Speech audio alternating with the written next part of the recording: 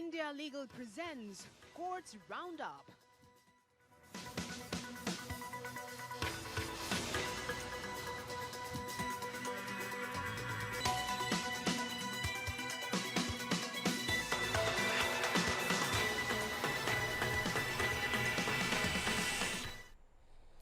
नमस्कार, courts roundup देख रहे हैं आप। मैं हूं आपके साथ नेहा दुबे। इस बुलेटिन में अगले आधे घंटे हम आपको कोर्ट से जुड़ी तमाम छोटी बड़ी खबरों से करवाएंगे रूबरू। कोर्ट की कार्रवाई और सुप्रीम कोर्ट से लेकर हाई कोर्ट और लो कोर्ट तक के फैसलों को रखेंगे आपके सामने। तो आइए शुरू करते हैं courts roundup. India Legal presents Courts Roundup.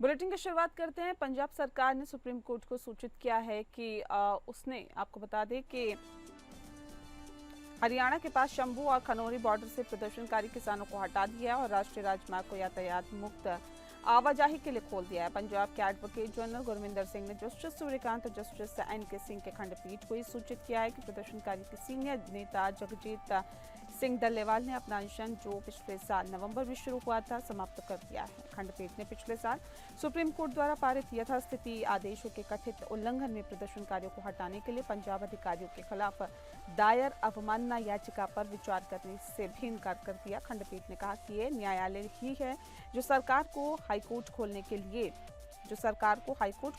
प्रेरित कर रहा है। जस्टिस कांत के ने अवमानना याचिका पर का प्रतिनिधित्व कर रहे एडवोकेट अंग्रेज सिंह से कहा है कि हम उनसे राजमार्ग खोलने के लिए कह रहे हैं।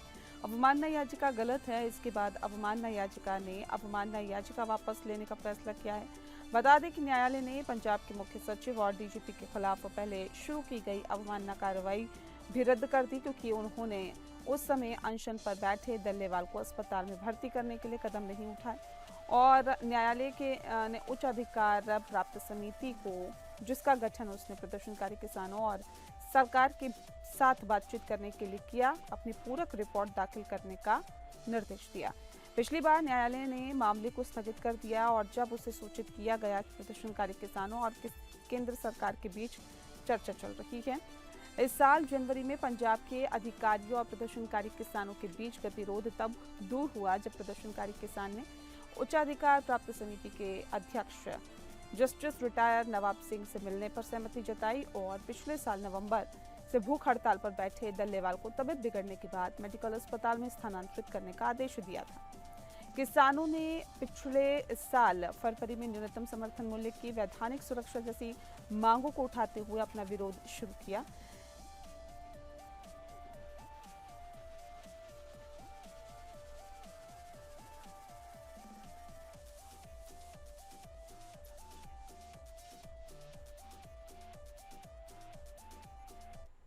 वहीं सर्वोच्च न्यायालय ने दिल्ली उच्च न्यायालय के आपको बता दें कि न्यायाधीश यशवंत वर्मा के खिलाफ प्राथमिकी दर्ज करने की मांग वाली याचिका पर विचार करने से इनकार कर दिया, जिसके आवाज से 14 मार्च को कथित तौर पर भारी मात्रा में नकदी बरामद हुई थी।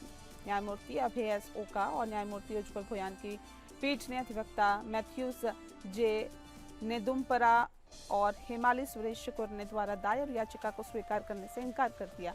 पीठ ने कहा है कि सीजीआई संजीव खन्ना द्वारा गठित एक आंतरिक समिति पहले से ही इस मामले की जांच कर रही है और यदि समिति इस निष्कर्ष पर पहुंचती है कि कुछ गड़बड़ है तो कानून अपना काम करेगा। पीठ ने टिप्पणी की आंतरिक जांच जारी है। यदि रिपोर्ट में कुछ गड़बड़ दिखाई देती है जो एफआईआर दर्ज की जा सकती है या मामले को संसद में भेजा जा सकता है। आज इस पर विचार करने का समय नहीं है। न्यायमूर्ति ओका ने कहा है कि कृपया इन हाउस जांच प्रक्रिया निर्धारित करने वाले दोनों निर्णयों को पढ़े। प्रक्रिया के बाद सभी विकल्प खुले हैं। पीठ ने कहा कि हमने याचिका देखी है, ये सवाल उठाए गए हैं, अब आंतरिक जांच चल रही है, लेकिन हम इस स्तर पर हस्तक्षेप नहीं कर सकते हैं। और फिर प्रधान न्यायाधीश के पास सभी विकल्प खुले हैं। नेदुम्परा ने जवाब दिया कि आम आदमी नहीं समझेगा।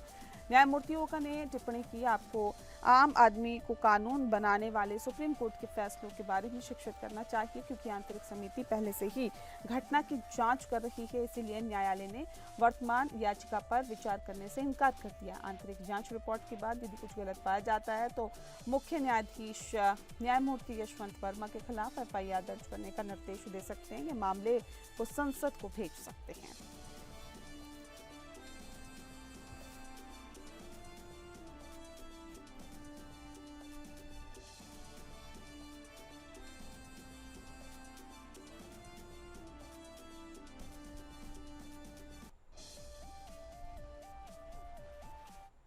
और अगली खबर का रुख करते हैं केंद्रीय जांच ब्यूरो बनाम संजीव बंसल और अन्य का ये पूरा मामला है। बता दें कि चंडीगढ़ की एक अदालत ने गुरुवार को न्यायमूर्ति निर्मल यादव के खिलाफ 2008 में सीबीआई द्वारा दायर मामले में अपना फैसला सुरक्षित रख लिया और अतिरिक्त सत्र न्यायाधीश अलका मलिक की विशेष अदालत ने अभियुक्त और अभियोजन पक्ष की अंतिम दलीलें सुनी है। इसके बाद अदालत ने मामले को 29 मार्च को निर्णय सुनाने के लिए स्थगित कर दिया है। अदालत के आदेश में कहा गया है कि बहस सुनी गई और पूरी हुई है। 29 मार्च 2025 को आदेश दिए जाएंगे। न्यायमूर्ति यादव जो उस समय उच्च न्यायालय के न्यायाधीश और पूर्व न्यायिक अधिकारी थे, उनके खिलाफ मामला तब अगस्त 2008 में शुरू हुआ था, जब उच्च न्यायालय की एक अन्य न्यायाधीश न्यायमूर्ति निर्मलजीत कौर के आवास पर 15 लाख रुपए से भरा एक बैग पहुंचाया गया था। न्यायमूर्ति कौर की चपरासी ने मामले की सूचना चंडीगढ़ पुलिस को दी, जिसने प्राथमिकी दर्ज की और बाद में पंजाब के तत्कालीन राज्यपाल और केंद्र शासित प्रदेश चंडीगढ़ के प्रशासक जनरल सेवानिवृत्त SF रोड्रिग्स के आदेश पर मामला सीबीआई को सौंप दिया गया। अभियोजन पक्ष के अनुसार हरियाणा के पूर्व अतिरिक्त महाधिवक्ता संजीव बंसल के क्लर्क द्वारा दिया गया पैसा न्यायमूर्ति यादव के लिए था, लेकिन दो न्यायाधीशों के नाम में समानता के कारण ये गलती से न्यायमूर्ति कौर के आवास पर पहुंच गया। 2010 में जस्टिस यादव को उत्तराखंड हाई कोर्ट में ट्रांसफर कर दिया गया, जहां से 1 साल के बाद वो रिटायर हो गए। उसी साल उनके और अन्य के खिलाफ चार्जशीट दाखिल की गई। 2014 में स्पेशल कोर्ट ने 5 आरोपियों के खिलाफ आरोप तय कर दिए। मुख्य आरोपियों में से एक बंसल की दिसंबर 2016 में मोहाली में मैक्स अस्पताल में मौत होगी। नतीजतन जनवरी 2017 में उनके खिलाफ कार्रवाई बंद कर दी गई। वीडियो कॉन्फ्रेंस के जरिए ट्रायल कोर्ट को दिए गए बयान में जस्टिस कौर ने 2016 में 13 अगस्त 2008 को हुई घटना को याद किया और उनके हाई कोर्ट में पदोन्नत होने के सिर्फ 33 दिन बाद ही हुई। बता दें कि अभियोजन पक्ष ने 84 गवाहों का हवाला दिया, जिसमें से केवल 59 की सुनवाई के दौरान जांच की गई है। हालांकि इस साल फरवरी में पंजाब और हरियाणा उच्च न्यायालय ने सीबीआई को 12 गवाहों से दोबारा पूछताछ करने की अनुमति दी है। अदालत ने सीबीआई को 4 सप्ताह के भीतर गवाहों से पूछताछ करने का निर्देश दिया है और आगे ट्रायल कोर्ट से ये सुनिश्चित करने के लिए कहा है कि कोई अनावश्यक स्थगन ना दिया जाए। ये आदेश तब पारित किया गया जब मुकदमा प्रतिस्पर्धा के कगार पर था। इसके बाद ट्रायल कोर्ट ने 17 मार्च को अभियोजन पक्ष के साक्ष्य बंद करने का आदेश दिया। अभियुक्तों के बयान दर्ज करने की प्रक्रिया 26 मार्च को समाप्त हुई और 27 मार्च को अंतिम दलीलें सुनी गई।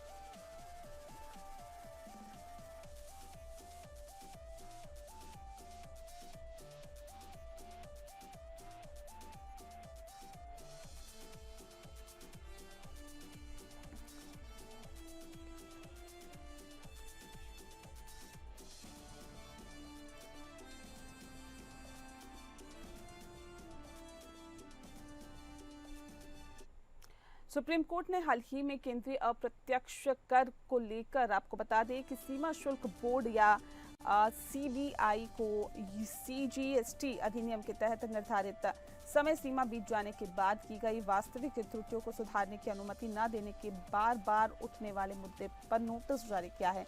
CJ संजीव खन्ना और जस्टिस संजय कुमार और जस्टिस KV विश्वनाथन की पीठ बॉम्बे हाई कोर्ट के उस फैसले के खिलाफ केंद्र सरकार की चुनौती पर सुनवाई कर रही थी, जिसमें CGST अधिनियम 2017 की धारा 39 उपधारा 9 के तहत समय सीमा चूक जाने के बावजूद करदाता द्वारा GSTR फॉर्म में वास्तविक त्रुटियों को सुधारने की अनुमति दी गई थी। ये करदाता वित्तीय वर्ष 2017 से 18 के लिए फॉर्म GSTR 1 में दाखिल रिटर्न को सुधारना चाहता था। सुधार के लिए आवेदन को इस आधार पर खारिज कर दिया गया था कि सुधार का समय समाप्त हो गया था। विशेष रूप से धारा 39(9) में कहा गया कि इस तरह की चूक या गलत विवरण को उस वित्तीय वर्ष की समाप्ति के बाद 30 नवंबर को या उससे पहले सुधारा जाना चाहिए जिससे ऐसे विवरण संबंधित है।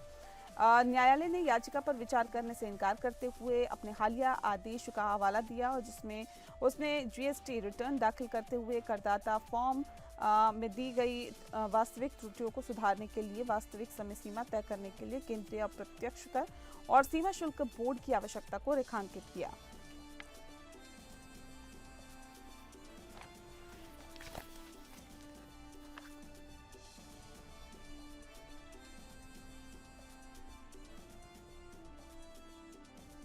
खबरों में आगे बढ़ते हैं और मैला ढोने और सीवर की सफाई पर प्रतिबंध मामले से जुड़ा हुआ है पूरा मसला है। दरअसल मैला ढोने और सीवर की सफाई पर प्रतिबंध लगाने के बारे में असंतोषजनक हलफनामे पर प्रमुख शहरों के अधिकारियों को तलब करने के लिए अपने पिछले आदेश के बाद सुप्रीम कोर्ट ने कहा कि नए हलफनामे को अनुपालन की झूठी धारणा बनाने के लिए चतुराई से लिखा गया है।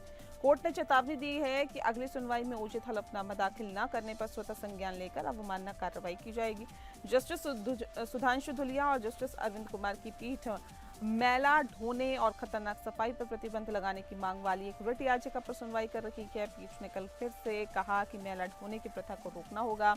न्यायालय ने महानगरीय अधिकारियों को पिछले 3 महीनों में मरने वाले व्यक्तियों के परिजनों को 4 सप्ताह के भीतर 30 लाख रुपए का मुआवजा देने का भी निर्देश दिया है। पिछली बार न्यायालय ने कहा है कि जब दिल्ली बोर्ड, कोलकाता नगर निगम और हैदराबाद महानगर जल एवं सीवरेज बोर्ड ने इस बारे में कोई स्पष्टीकरण नहीं दिया कि मैनुअल स्कैवेजिंग और खतरनाक सफाई के कारण मौतें कैसे हुई, जबकि अधिकारियों ने दावा किया था कि उनके संबंधित शहरों में ये प्रथा बंद हो गई है। DJB का प्रतिनिधित्व करने वाले अधिवक्ता ने कहा कि जिस सीवर लाइन में मौतें हुई है वह DJB के अधिकार क्षेत्र में नहीं है। उन्होंने जोर देकर कहा कि इससे अतिरिक्त हलफनामे में रखा जा सकता है। ये ध्यान दिया जाना चाहिए कि पिछली सुनवाई पर DJB ने अपने हलफनामे में कहा था कि मैनुअल स्कैवेजिंग और मैनुअल सफाई यानी कि सीवर सफाई पूरी तरह से प्रतिबंधित है, लेकिन अदालत ने पाया कि हलफनामे में कहीं भी वास्तविक प्रश्न का उत्तर नहीं दिया गया है, जो कि मौतें कैसे हुई। जस्टिस धुलिया ने सीधे अत्रे से पूछा है कि यह अधिकार क्षेत्र में आता है या नहीं। अत्रे ने जवाब दिया कि उनके अधिकार क्षेत्र में आता है, लेकिन उन्होंने दावा किया कि निजी अनधिकृत प्रवेश हुआ है और DJB का कोई कर्मचारी मौजूद नहीं था। न्यायमूर्ति धुलिया ने यह भी कहा कि अगली सुनवाई पर यदि उचित हलफनामा दाखिल नहीं किया जाता तो न्यायालय अधिकारियों के खिलाफ FIR दर्ज करने के लिए बाध्य होगा। न्यायालय ने सुझाव दिया है कि DJB एक विस्तृत हलफनामा दाखिल करें और अगर ये सच है तो स्वीकार करें कि मौत हुई।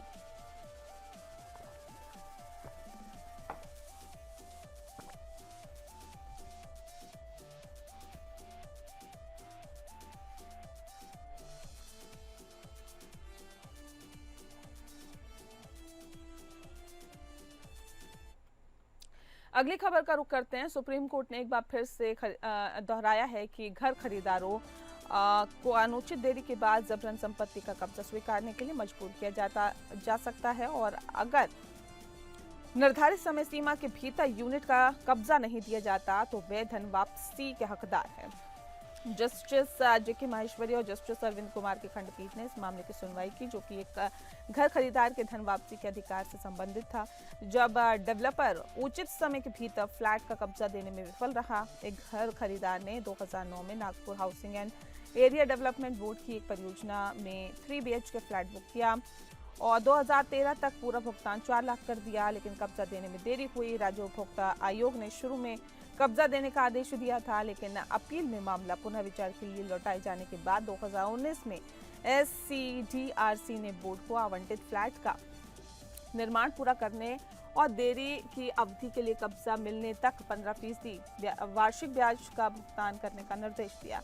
इसके अतिरिक्त यह आदेश दिया गया कि यदि निर्माण कार्य पूरा नहीं होता तो शिकायतकर्ता द्वारा चुकाई गई राशि को 15% वार्षिक ब्याज सहित संबंधित भुगतान की तिथि से पूर्ण वापसी की जाएगी और साथ ही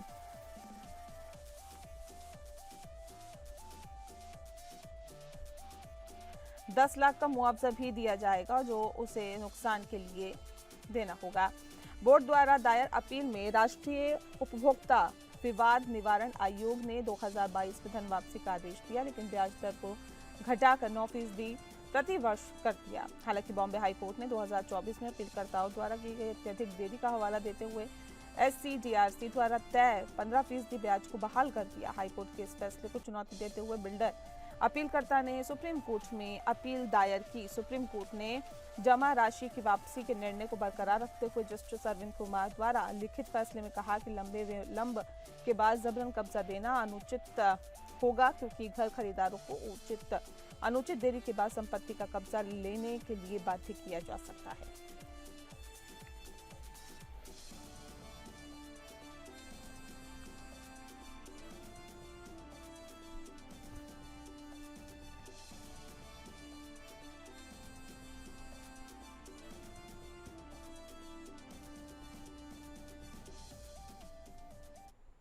अगली खबर का रुख करते हैं। सुप्रीम कोर्ट ने इमरान प्रतापगढ़ी के खिलाफ जो FIR है उसे खारिज किया है। बता दें, अभिव्यक्ति की स्वतंत्रता को बढ़ावा देते हुए सर्वोच्च न्यायालय ने कांग्रेस सांसद इमरान प्रतापगढ़ी द्वारा सोशल मीडिया पर अपलोड की गई एक कविता को लेकर उनके खिलाफ प्राथमिकी दर्ज करने के लिए गुजरात पुलिस की आलोचना की है। न्यायमूर्ति S ओका और न्यायमूर्ति उज्जवल भोयान की खंडपीठ ने FIR को खारिज कर दिया है और इस बात पर भी जोर दिया है कि अभिव्यक्ति की स्वतंत्रता उस पर अनुमेय प्रतिबंधों से ऊपर है और भारतीय न्याय संहिता धारा 196 के तहत धार्मिक समूहों के बीच दुश्मनी को बढ़ावा देने के अपराध को असुरक्षित लोगों के मानकों के आधार पर लागू नहीं किया जा सकता है। हर छोटी आलोचना पर बुरा मान जाते हैं। न्यायालय ने कहा कि नागरिक होने के नाते पुलिस अधिकारों की रक्षा करने के लिए बाध्य हैं। जब धारा 196 BNS के तहत अपराध होता है तो इसे कमजोर दिमाग या उन लोगों के मानकों के अनुसार नहीं आंका जा सकता जो हमेशा हर आलोचना को अपने ऊपर हमला मानते हैं। पीठ ने कहा कि संवैधानिक अधिकारों की रक्षा के लिए संवैधानिक अदालतों को सबसे आगे रहना चाहिए और अभिव्यक्ति की स्वतंत्रता सबसे प्रिय अधिकार है। न्यायालय ने कहा कि पुलिस अधिकारी लोगों के अधिकारों की रक्षा करने के लिए बाध्य हैं और धारा 196 BNS के तहत अपराध का मूल्यांकन मजबूत और साहसी व्यक्तियों के मानकों के आधार पर किया जाना चाहिए। न्यायालय ने कहा कि इसका मूल्यांकन साहसी दिमाग के आधार पर किया जाना चाहिए। हमने माना कि जब किसी अपराध का आरोप बोले गए या कहे गए शब्दों के आधार पर लगाया जाता है तो मौलिक अधिकारों की रक्षा के लिए भारतीय नागरिक सुरक्षा संहिता की धारा 173(3) का सहारा लिया जाना चाहिए। BNS की धारा 173(3) में प्रावधान है कि किसी भी संज्ञेय अपराध के होने से संबंधित सूचना प्राप्त होने पर जो 3 साल या उससे अधिक लेकिन 7 साल से कम की सजा का प्रावधान है। मामले की सुनवाई के दौरान सर्वोच्च न्यायालय ने टिप्पणी की थी कि कविता धर्म विरोधी या राष्ट्र विरोधी नहीं है और पुलिस अधिकारियों को कुछ संवेदनशीलता दिखानी चाहिए और अभिव्यक्ति की स्वतंत्रता के अर्थ को समझना चाहिए। अपने फैसले में न्यायालय ने अभिव्यक्ति की स्वतंत्रता के महत्व को रेखांकित किया।